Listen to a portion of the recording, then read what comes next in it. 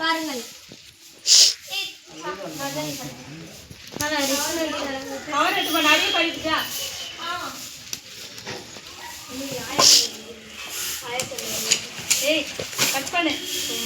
எப்படி கட் பண்ணுச்சுன்னே தெரியல எனக்கு.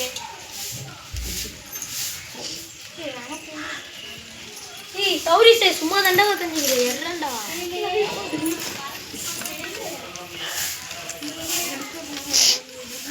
ஹை ஹை ஹை டேசோ உட்காரு.